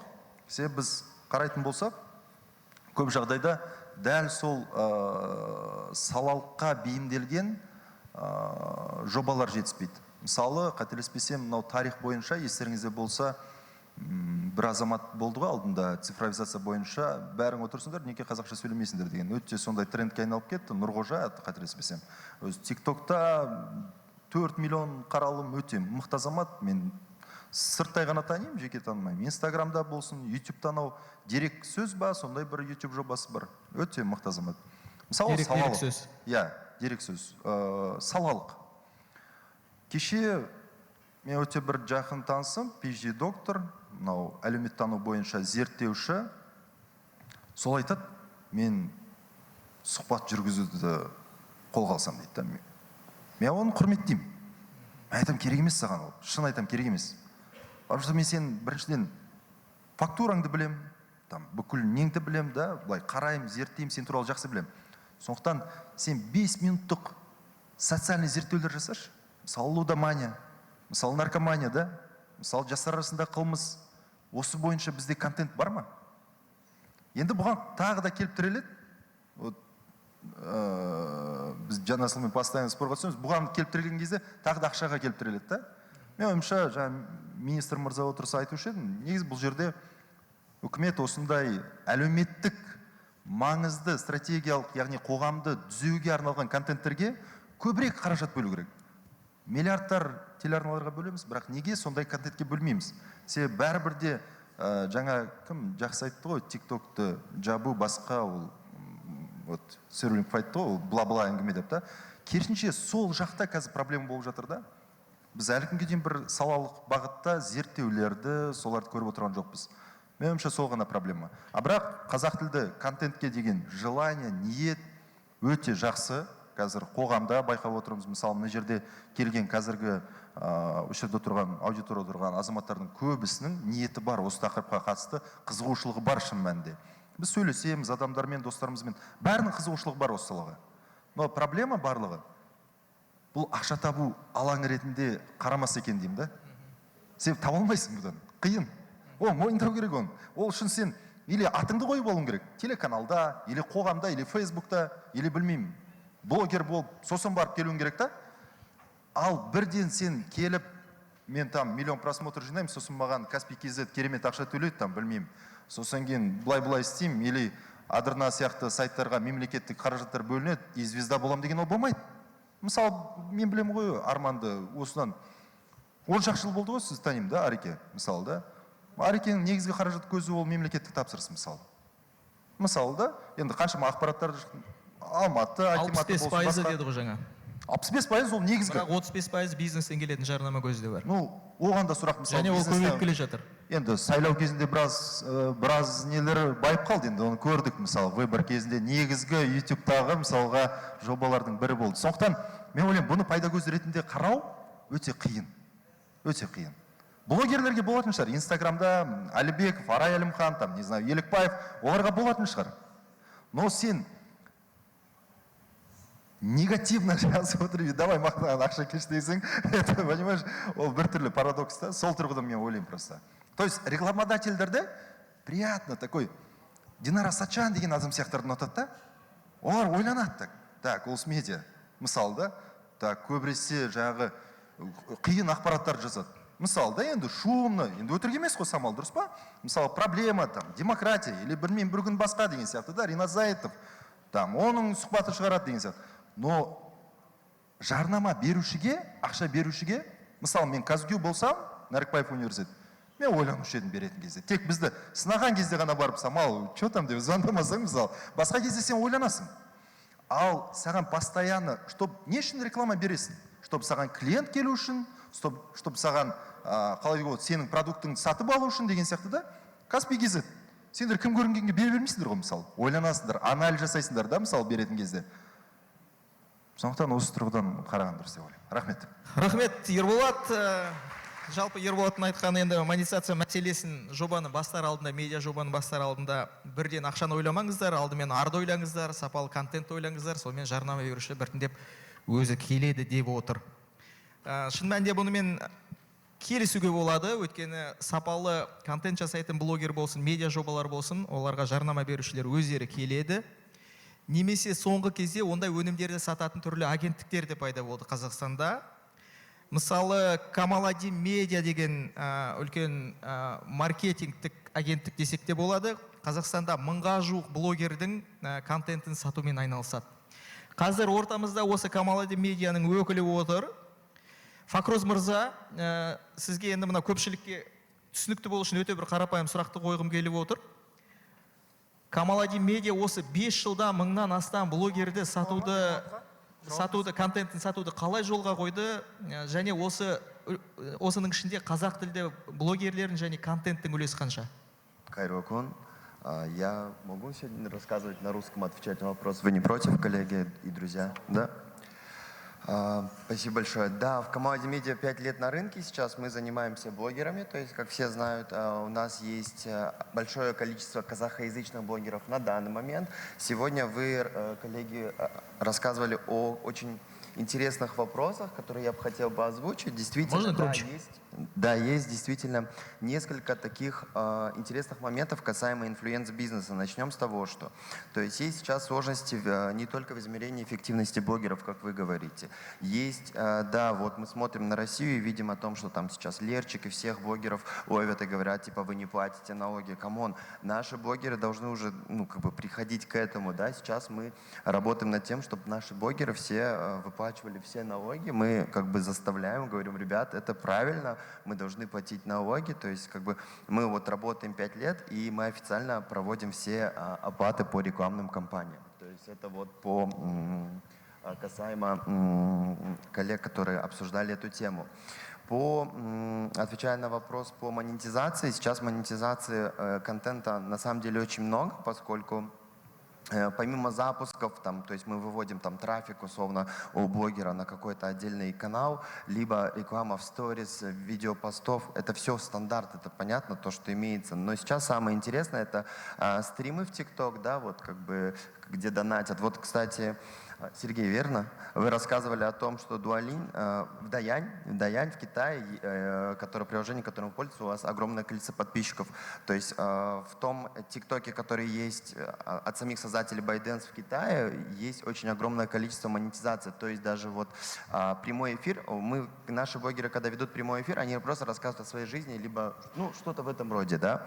А в Китае есть отдельный прям раздел, где вы в этом прямом эфире можете продавать здесь и сейчас какое-то невероятное предложение, и сам инфлюенсер зарабатывает на этом хорошо, и продукт хорошо продвигается, и бренду круто, и аудитория, которая хотела это купить, всегда покупает. Это то, к чему мы будем идти в Казахстане в ближайший год. Касаемо казахоязычных блогеров, хотел сказать о том, что, то есть я работаю там с Абиловым Мирей, там с Бахой Пупером, с Ахоном Биржаном, у них невероятный охват, и сейчас нужно поддерживать казахоязычный контент, потому что все сейчас рекламные компании практически переходят полностью к блогерам, которые ведут контент на казахском языке и поддерживают свою страну. Это очень круто. И мне лично, как человеку, который занимается рекламой, мне приятно то, что когда ко мне приходит бренд и говорит: слушай, давайте у казахоязычных разместимся и сделаем что-то интересное, чтобы было круто. Например, первые компании, которые интересно начали делать, это Рафаэлло, которые поддерживают там условно Абилова Мире и многих других казахоязычных блогеров. Это Рафаэлло, Нутелла и так далее, и так далее. Вот. Көп рахмет. Шын мәнінде Камалади медиа сияқты жобалар өте тамаша. Мысалы блогерлер, Ерболат мырза айтып өткенде, блогерлер болмаса жеке контент өндірушілер сату мәселесімен бас қатырмайды. Тек қана сапалы, сұранысқа сай контент өндіріп берсе болды, қалғанын Камалади медиа сияқты агенттіктер жүзеге асырады. Енді осы жерде арамызда біраз адамның көкейінде тұрған сұрақ шығар. Фахруз мырза, сіздермен Камалади медиамен серіктес болу үшін қазақ тілді блогерлар болмаса медиа өкілдеріне қандай талаптар қойылады? На самом деле, чтобы сотрудничать с Камалади Медиа и быть инфлюенсером, нужно набирать уже от 10 тысяч подписчиков и быть условно в тусовке блогеров. То есть вообще, в принципе, сейчас идет еще тенденция, то, что микроблогеры становятся более популярными, потому что у них получаются очень эффективные рекламные кампании, то есть мы можем размещать у них небольшие какие-то бренды, и аудитория очень сильно доверяет тем людям, у которых не так много подписчиков. Когда большой блогер рекламирует тот или иной товар, многие люди запоминают это, то есть это как имидж. То есть у большого блогера вы публикуетесь, это имидж. У микроинфлюенсера, как бы вы ему доверяете, вы проходите по ссылке, вы покупаете, и здесь очень хорошая конверсия. Попасть на самом деле несложно, нужно всего лишь написать на сайте, на нашем инстаграме, там есть номер телефона, можно написать, отправить свою статистику, написать, какие у вас увлечения. Единственное, главное, чтобы категорийность, опять-таки же и блогеры у нас разделяются на, есть лайфстайл-блогеры, есть техноблогеры, есть техноблогеров, кстати, не так много в Казахстане, тем более на казахском языке, их всего несколько, на русском языке 4 человека, там Stupid Mad World, это крупнейший канал, 7 лет создавался, 700 тысяч подписчиков на ютубе, это это Алишер Бисибай, это Алик Ноны, да и Байгазы, который приехал с Кыргызстана, переехал в Казахстан. Все, в принципе, техноблогинг сейчас свободный, и это будет ниша очень крутая, потому что огромное количество рекламных кампаний, даже вот у нас здесь сидит KSL, которые хотели бы размещаться у таких узконаправленных блогеров, где есть та аудитория, которая нужна этому бренду. Да. И попасть, в принципе, несложно. То есть, если вы делаете крутой контент, то вы просто... Можно вопрос? Да. Можно вопрос? Бір сұрақ қойсам болады сейчас? Можно вопрос? Вот, Фахруз, у вас 1000 блогеров, да, какие-то? На самом деле, да. Смотрите. Так, давайте вопрос. Да. Такой. Есть у вас практика, которую с других стран заказы получаете? Да, конечно. Каких стран? Просто интересно стало. Это Узбекистан. Россия. Россия, конечно, да. То есть как бы... Можете назвать, какие вот предметы, например, интересные кейсы, какие компании вышли, например, чтобы известно, мы поняли? Ну, допустим, новогодняя акция, опять же, вот там, Нутелла, да, то есть у больших блогеров была интересная активация. Если мы берем китайский рынок, да, китайская компания Lintech сейчас заходит на рынок и публикуется только у блогеров и делает очень крутые интеграции не только в виде там формата серии Stories, но и вживает в ивентах блогеров. То есть, опять же, это один из видов монетизации блогеров, то есть посещение ивентов, освещение мероприятий и использование той продукции в жизни блогера. То есть это вот сейчас популярно у крупных и таких брендов, которые заходят к нам на рынок. Фахруз мырза, көп рахмет. Кешіріңіз, мен Арай ханым, бізде уақыт жағынан бір айтып келгім келіп тұр. Мысалы, мұнда блогер болып бастағысы келіп жатқан қазақ тілді көрермендер бар болса, онда Камаладин медиа өздері сіздер тауып алады. Өйткені мені өздері тауып, өздері маған офер жасаған, бірақ мы не сотрудничаем. Бірақ сіздердің тізімдеріңізде бар екенімді білемін. Және айтайын дегенім, барлығымыздың ең басты дөп айтатын сөзіміз салалық блогерлер жетіспейді, әсіресе қазақ тілінде. Мысалы, мен қазақ тілінде фэшн және саяхат туралы жасайтын мықты блогерлердің жоқ екенін байқап қалдым да, фэшнге тез кіре салдым. Сән әлемі туралы айтатын сапалы жасайтын вообще блогер жоқ екен, былай жай айтатын болсам. Ал саяхат туралы жасайтын блогерлер жоқ. Бізде өркен, анау-мынау деген басқа блогер жақсы жігіттер бар. Олар тек қазақ тілді болғаннан кейін оларды блог турларға алып шыға береді екен. Ал қазақ тілді күшті саяхат туралы айтып бере алатын блогер тіпті жоқ. Сондықтан соңғы блог турға барған кезінде мені Біріккен Араб Әмірлігі шақырды. Кешіріңіздер, мен орыс емес, қазақ тілінде жасай берейін контент. Бізде қазақ тілді саяхат туралы жасайтын ешқандай контент мейкер жоқ дегенім жарайды деп айтты. Сондықтан сіздердің барлықтарыңызға алтын сырға, егер сіздер IT туралы, технология туралы, саяхат туралы және кішкене салалық мәселелерді көтергілеріңіз келсе, мысалы білім, қаражат туралы жасайтын, онда эксперт ретінде сіздерге шығатын нағыз уақыт. Өйткені қазір бізде сондай эксперттер, блогерлер қазақ тілінде жетіспейді. Тамаша, көп рахмет. Фахруз мырза мен Арай ханым сөзінен түсінгеніміз, бізде қазір салалық бағыттағы медиа жобалар, әлеуметтік желіде блогерлар аз, және жазылушы саны 10 мыңнан асса, сіздің Камаладин медиа сияқты агенттіктер арқылы монетизацияға шығу мүмкіндігіңіз өте жоғары. Егер мұндай агенттіктермен тікелей жұмыс істегіңіз келмесе, онда компаниялардың өздеріне тікелей шығып жұмыс істеуге болады. Әрине, ол үшін қасында сату менеджеріңіз керек, немесе өзіңіздің пысықтығыңыз қажет болады. Егер тура сондай пысық, өзім сату жағына қабілетті маманмын деп есептесеңіздер, онда KCL сияқты компанияларға тікелей хабарлассаңыздар болады. Қазір арамызда KCL компаниясының өкілі Олжалғас ханым отыр. Олжалғас ханым, сізге мынандай сұрақ. Жалпы енді маркетологтар, пиар мамандары қазақ тілді контентте статистика, сапа, салалық тақырыптар болса дейді. Ал медиа арман сияқты медиа жобалардың жетекшілері компанияларда шешім қабылдаушы адамдар, яғни маркетинг, пиарға жауапты адамдар қазақ тілін білмейді. Ол кісілер қазақ тіліндегі контентті тұтынбайды, сәйкесінше нақты жағдайды білмейді, жарнама беруге ортақ жобалар жасауға қорқады дейді. Бұл қаншалықты рас? Бизнес шынымен қазақ тілді жобаларға шынымен аз көңіл және қаражат бөле ме? Біріншіден бәріне сәлем.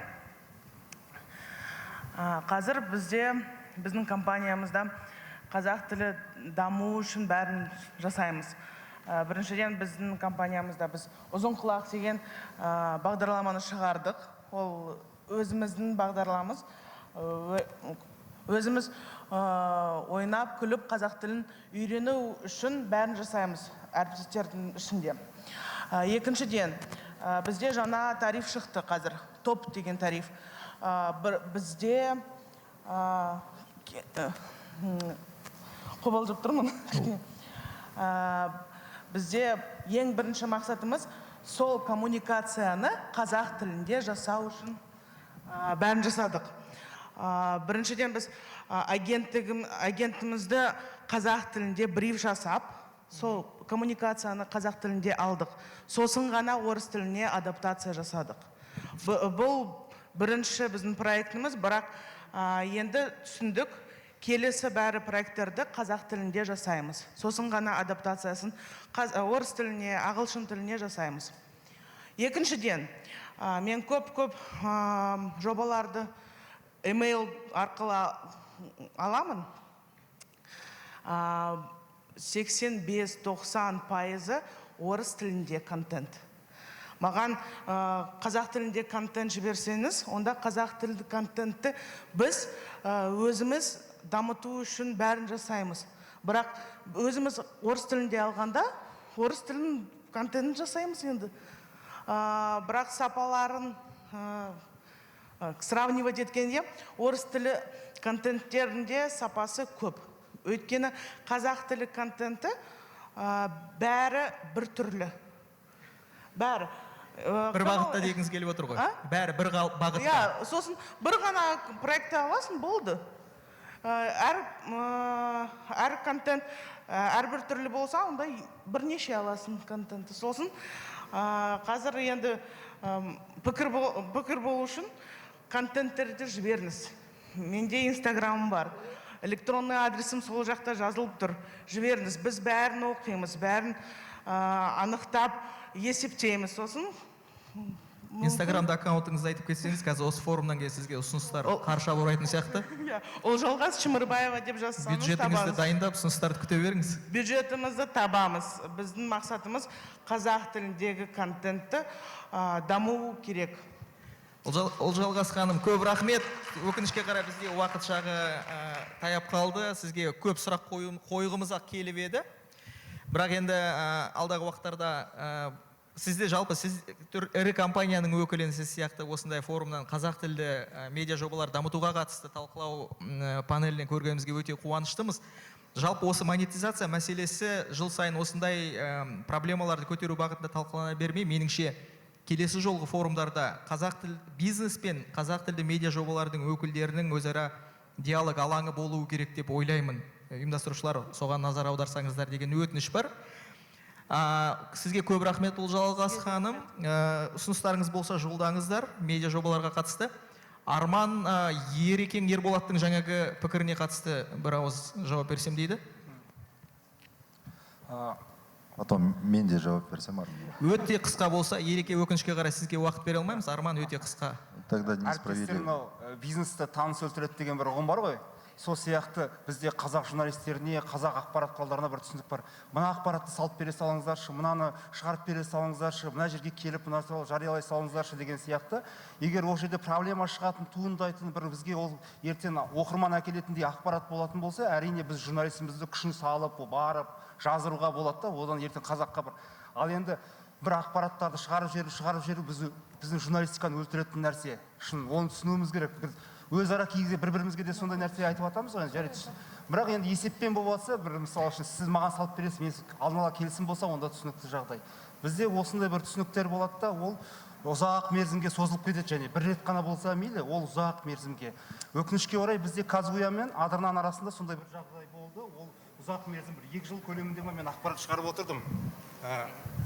Бірақ кейін кездер шығармай қалдым, соған енді Ерекен ренжулі.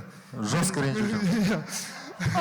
Бірақ кәдімгідей ренжігенде енді қиын болып жатыр ситуация. Сондықтан енді ал енді сайлауға байланысты жауап берсем, қысқа нұсқа мен осы жаңағы сайлауда 6 миллиондай қаражат алдым. Бірақ сайлауға бөлінген қаражат шамамен 20 миллиард па сондай қаржы бөлінді. Өздеріңіз білесіздер, жалпы алған кезде. Енді соның азғына кішкентай бір бөлігін, тамшыдай бөлігін Адырна алып жатса, басқаларымыз қызғанбай қайта қуануымыз керек деп ойлаймын. Жестко қызғанып жатырмыз мына жақта. Ербол мырза, бір қиын болып жатыр ситуация. Ремарка қоса салайыншы. Өте қысқа, мен ойлаймын, негізінде дегенмен бізде әлі күнге дейін орыс құлдық сана бар, әсіресе осы компанияларда отырған адамдар таңдауды сол орыс құлдық санамен ставканы орыс тілді басылымдарға, орыс тілді бақтарға қояды, блогерлерге қояды, орыстың блогерларға. Бұл орыс құлдық сана деп ойлаймын. Сосын кейін мен тағы да бір байқағаным психологияны. Қазақша контентке ақша төлеу западло. Понимаете? Как будто қазақша контент ол бесплатно шығу керек, ол сама собой шығу керек деген сияқты. Қазір бұндай жоқ, бізде қазақ тілді журналистер бар, бізде талап бірдей, қазақ тілді материалдар, эксклюзивтер барлығы шығып жатады, олай бөлуге болмайды, бір түрлі, екі түрлі деп. Просто бізде әлі күнге дейін бар, осы компанияларда отырған топ менеджментте қазақ тілін менсінбейді, қазақ тіліне просто жалко, и все. Рахмет. Құрметті әріптестер, сұрақ-жауап бөліміне келдік. Енді барлықтарыңызда сұрақ өте көп екенін білемін, бірақ өкінішке қарай біздің уақытымыз өте тығыз. Сондықтан 4-ақ сұраққа уақытымыз бар. Және айта кететін нәрсе, ең қызықты 2 сұраққа Мақпал Жұмабайдың ертең атты концептуалды концертіне билет және қосымша сыйлықтарымыз бар. Айта кетейік, концерт 4 мамыр күні сағат 19:00-де бейбітшілік және келісім сарайында өтеді. Билеттерді Тикетон және заказ билетов сайттарында сатып алсаңыздар болады. Араларыңызда сұрақ қойғысы келетіндер болса, қол көтерсеңіздер. Микрофон берсеңіздер. Бар ма? Микрофон берсеңіздер, міне.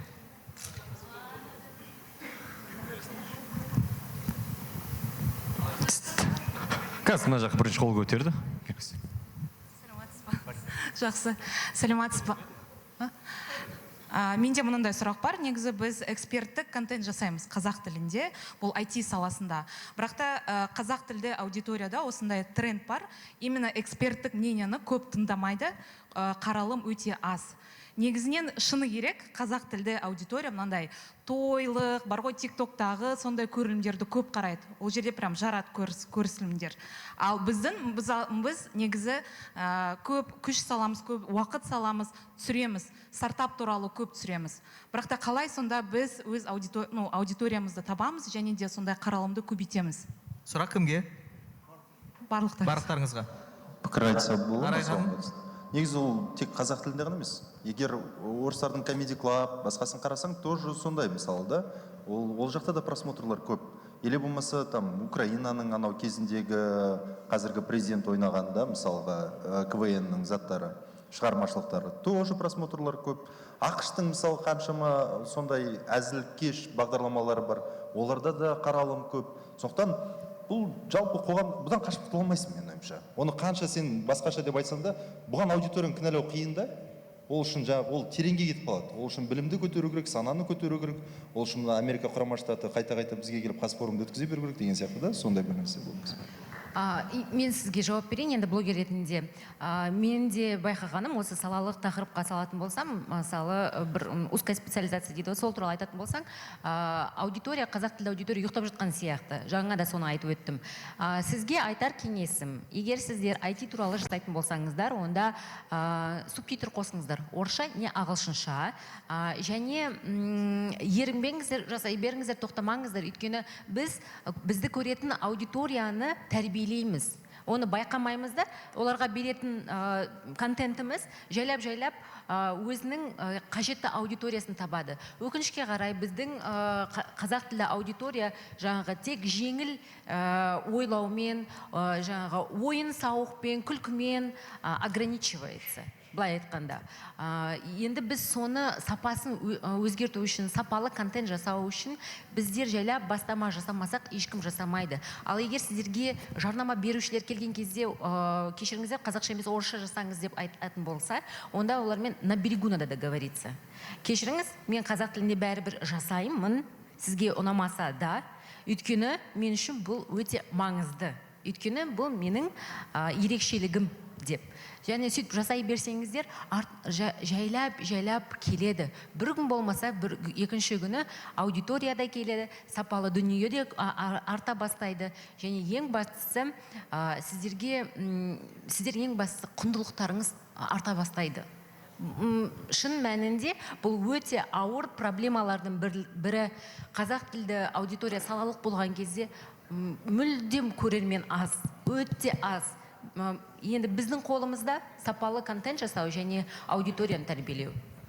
Рахмет, сұрағыңызға жауап алдыңыз деп ойлаймыз. Келесі сұрақ. Қайырлы күн, Айнұр Шошаева, журналист. Менің сұрағым, қазақ тілді бақтарда көбіне ақылы жарнамалы контентте белгі қойылмайды. Мейлі ол тендер болсын, жекелеген компаниялардікі болсын. Сіздердің ойларыңызша сондай белгі қою керек пе? Ол белгінің қойылмауы оқырмандарға деген құрметсіздік деп есептемейсіздер ме? Соңғы сұрақ, сіздер өз сайттарыңызда, өз блогтарыңызда сондай белгіні қоясыздар ма? Самал, Арман, негізінен сіздерге бағытталды ғой деймін. Айнұр, сұрағын өте орынды. Егер шын айтсам, мен осымен қазір борюсь. Міне кеше бізде жарнама материал орналастырылды сайтта. Міне соңында мен материал опубликован на правах пиар деп знак қойдым материалға. Негізінде біз соған келу керекпіз. Енді егер сен жарнама салсан, онда тұрған несі бар? Сен табыс табу керексің. Бірақ та сен тек ашық айту керексің. Бұл жарнамаға ақша төленген. Болды. Мен соған келу, бірақ та көп жарнама берушілер пиар знакты қоймаңыздар, көбісін көрсеңіздер, Тенгриньюз, закон, үлкен информбюроларда, оларда мысалы прайсында надбавка бар, пиарды алып тастасақ, соншама ақша болады, бұлай болады деп. Ал шетелде, мысалы Нью-Йорк Таймстарда платный материалды без знака пиар орналастыру мүмкін емес мүлдем. Мен ойлаймын, енді бұл бір ғана бақтың жауапкершілік емес, біз бизнес, жарнама беруші, бақтар барлығымыз бұл тұрғыда сондай бір консенсусқа келіп, сондай бір ашық, таза позицияны ұстау керекпіз. Бұл өте өзекті сұрақ негізінде. Бір мысал айтсам. Рахмет, Арман. Джефф Безос мысал, Вашингтон Пост. Джефф Безос. Сатып алды ғой? Сатып алды ғой Вашингтон Постты. Сол кезде мен ойладым, енді кейін біз Дархандармен де сол тақырып бойынша әңгімелестік Азаттық радиосында. Сол кезде Вашингтон Пост, мысалы, егер Қазақстанда болса қалай болар еді, да? Қазақстанда болса, егер бір сондай бақтың иесі бір компания болса, ол туралы жазған кезде, ол ешқашанда пометка қоймайды. Ал Вашингтон Пост сондай әділетті Джефф Безос туралы материал жазған кезде или жазбайды, или жазған кезде конфликт интересов деген сияқты алып, кәдімгідей пометка қойып қояды. А ол өзінің жүздеген жылдар бойы келе жатқан аудиториясын құрметтеу. Тағы да сол өте дұрыс көтеріп отыр әріптесіміз. Құрметсіздік та, просто құрметсіздік. Вот ол кәдімгідей қалыптасып қалған бізде. Ол жайлап келеді, басқаша келеді деген болмайды. Мысалы, мен Елікбаевты құрметтеймін, Әлішер Елікбаев. Ол журналист емес, ол СМИ жоқ та, мысалы, ол блогер. Но ол кез келген постын ақыл деп қояды. Зато қоғам нормально қабылдайды, ренжімейді, лайкі да көп, комментарий да көп. Сен нормально қарайсың, все, өзің білесің да, оны қабылдайсың, қабылдамайсың продуктысын. Меніңше, әрбір журналисте, әрбір СМИ-дің редакторында, или болмаса хозяйында осындай бір принцип болу керек. Егер ол болмаса, онда оған сұрақ болу керек. Просто ол принцип бүкіл бақ иелерінде болу керек. Біз бүкіл бұқаралық ақпарат құралдары бір-бірімізбен сондай келісімге келу керек, потому что это нечестно. Біреу пиар знак қояды, біреу қоймайды, потом жарнама берушіге приоритет, пиар знак қоймайтын бақ болады и әділетсіз болады. Просто бүкіл бұқаралық ақпарат құралдары бұған келісу керек. Мүмкін Ербол, сіз бұны алдағы уақытта қолға аласыз ассоциация ретінде. Рахмет, Арман. Бұл жерде тек қана сайттардың ғана емес, жарнама берушілердің де, мысалы үшін, ұстанымдарына байланысты көбінесе олар олдай белгінің қойғанын қаламай жататын жағдайлар болады көбінесе. Енді ол жаңағы сол келісімдерге байланысты. Ал біз бірте-бірте осы мүмкін жарнама берушілер мен сайттардың арасында сияқты бір осындай бір жиындар өткізіп, түсіндіріп, осы мәселені кеңінен насихаттауымыз керек деп ойлаймын. Өте орынды сұрақ. Жақсы, рахмет. Айнұр ханым, және сіздің сұрағыңызға қосымша айта кететінім, сайттарда белгі қоя бастағанын көріп отырсыз. Әлеуметтік желіде де бұл пайда бола бастады. Фейсбукте Айбар Олжай әріптесіміз соңғы кезде сондай белгі қойып жүр, арнайы ереже жазып қойды. Кез келген әлеуметтік желі қолданушысы сол ережелерді пайдаланып, жарнамалық материалдарға белгі қойсаңыздар болады. Келесі сұрақ, Нағашбек. Әріптестер, қайырлы күн. Бюджет жарнама туралы көп айтып жатырмыз. Негізгі сұрақ былайша бәріне қатысты. Сату бөлімі қай тілді болса, сол тілде жарнама көп деген ұғыммен келісесіздер ме? Отдел продаж қазақ тілді немесе орыс тілді болуына байланысты сол тілде жарнама көп болады деген ұғыммен келісесіздер ме? Ол Жалғас ханым, бұл сізге бағытталған сұрақ сияқты. Біріншіден бізде закон бар ғой, 50-ге 50 деген. Сол себепте бізде бәр жарнама 50% қазақ тілінде, 50% орыс тілінде. Және қазір блогерлармен жұмыс дегенде бізде қазақ тіл блогерларында табып солармен жұмыс істейміз. 50-50 деген заң жоқ, мүмкін сіздердің компанияның ішінде сондай заң бар, ереже, иә? Бізде сондай өзіміздің заңымыз бар. Бақтар, СМИ-дің отдел продаж туралы айтып жатырмын. Негізі біз енді мәселеміз, жұмысымыз сату ғой, жарнаманы сату ғой біздің. Жарнама тапсырыс беру мәселесі емес, жарнама сату мәселесінде. жарнама сату мәселесінде. Әріптестер, Нағашбектің сұрағына жауаптарыңыз бар ма? Негізі келсем, ол расында да көбінесе жаңағы енді аудиторияны қарайды ғой, зерттейді ғой. Кезген жарнама беруші бірінші аудитория қазақ тілді ма, орыс тілді ма, оның жасы қанша, сондай ақпараттарды үнемі сұрап отырады. Қандай жас аралығындағылар, қай аймақтағылар көп деген сияқты сондай деректер сұрайды, соған байланысты олар жарнама бере ма, бермей ма таңдайды. Мысалы үшін, егер оған қазақ тілді аудитория қызықты болса, ол жарнама берушіге, яғни қазақ тіліндегі ақпарат құралын таңдайды деген сөз. Рахмет, бізде соңғы сұрақ. У меня вопрос, наверное, ко всем, но хотелось бы, чтобы ответил Фахрус. Вопрос касается этического, наверное, характера, да, по поводу букмекерских контор. Это большая социальная проблема сейчас у нас, да, в стране. Табачные компании, алкогольная продукция и так далее, и так далее. Очень многие на этом делают деньги. Вот, этический вопрос. Как вы сами лично к этому относитесь? Те компании, которые на этом заработали большие деньги. Как лично я отношусь к этому? Негативно. Как относятся блогеры? Есть блогеры, которые... Ну, когда приходит блогер в агентство, да, то есть, чтобы вы понимали, это выбор каждого. То есть блогер говорит, я буду рекламировать это или я не буду это рекламировать. У него есть анкета, в котором написано, ты рекламируешь букмекерские компании. Блогер, если пишет да, то это его дорога. То тогда там крупные компании не берут у него рекламу, пока он там не очистится там через года 3-4, да. А лично я отношусь к этому негативно. Почему? Потому что, окей, насчет табачки, алкоголя еще как-то более-менее, потому что люди курят, не нужно это показывать, пропагандировать, но люди курят, люди пьют, это как бы то, что есть. Но букмекерские компании, они же пропагандируют именно то, что вот у вас нет денег, идите поиграйте, вы заработаете еще. Я считаю, что это очень плохо. То есть я думаю, ответил на ваш вопрос. Динара, сіздің сұрағыңызға мен жауап берейін, иә? Біз Динара екеуміз бұрыннан таныспыз. Блогер ретінде менің коммерческое приложение деген офферім бар. Әртүрлі жаңағы жарнама берушілер маған хабарласқан кезде мен оларға салып жіберемін. Менің сторисымнанша, постнанша, рилсынанша тұрады деп. Және сол жерде ең соңында мен жазып қойғам. Алкогольді, табачный компания және букмекерские компаниялармен ешқандай жұмыс жасамаймын деп. Өйткені мен үшін репутация, менің атым маңыздырақ, менің абыройым маңыздырақ. Сондықтан маған келетін компаниялардың көпшілігі өзінің репутациясына өте қатты көңіл бөлетін үлкен корпорациялар. Және мен кішігірім анау-мынау бартермен болмайтын болмашы компаниялармен жұмыс жасамаймын. Бұл деген жеңіл ақша, мен олардан көп ақша сұрасам да болады. Мен өте көп одан табыс табатынымды білем. Бірақ өзімнен қиып, мен ондайлармен жұмыс жасамаймын деп өзіме алдыма сондай мақсат қойып қойдым. Және блогерлер мына сөзімді жететін болса, барлық блогерлерді осындай репутацияны надо беречь, соған шақырамын. Рахмет, құрметті әріптестер. Панельдік талқылауымыз соңына жетті. Өкінішке қарай уақыт бізде шектеулі. Енді жаңа 4 сұрақтың ішінде Айнұр ханым мен Нағашыбек мырзаның сұрақтары өзекті болды деп ойлаймын. Біздің осы жерде талқылаған мәселелерді кішкене толықтырған сияқты. Сондықтан ұйымдастырушылар Нағашыбек және Айнұр ханымға сыйлық табыс етсеңіздер.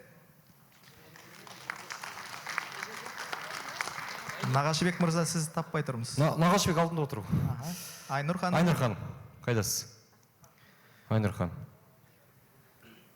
Сұрақтарыңызға көп рахмет. Сонымен, құрметті әріптестер, бүгінгі талқылаудан өздеріңіз естігендей, жалпы қазақ тілді сайттарға жарнама беру үлесі, әсіресе бизнестің үлесі артып келе жатыр. Арман мырза айтып өтті, қазіргі кезде 35%-ға жеткен. Бұрын бұндай көрсеткіш болмайтын еді. Және қазақ тілді сайттардың орташа есепті, тәуелсіз қазақ тілді сайттың жылдық табысы 50-70 миллионның аралығында. Бұл да жақсы көрсеткіш деп ойлаймын. Самал мырза айтып өткендей, одан да көбірек, егер сіз сапалы контент өндірсеңіз, сату жағын дұрыс жолға қойсаңыз, одан да табысты жоба жасауға болады. Улус медиа жобасы арқылы жақсы мысалдармен атап өтті. Жеке блогер ретінде де сіз өте жақсы табыс табуға мүмкіндігіңіз бар. Оны Арай ханымның мысалында өте жақсы айтып берді. Түсінікті тілмен Камалади медианың өкілінің айтуы бойынша сіздердің жазылушыларыңыздың саны 10 мыңнан асса, және салалық бағыттағы контентті өндіре бастасаңыз, сіздердің тез арада монетизацияға шығу мүмкіндігіңіз өте жоғары. Әсіресе қазақ тілді жобаларға соңғы кезде контентке сұраныс артып келе жатқанын атап өтті.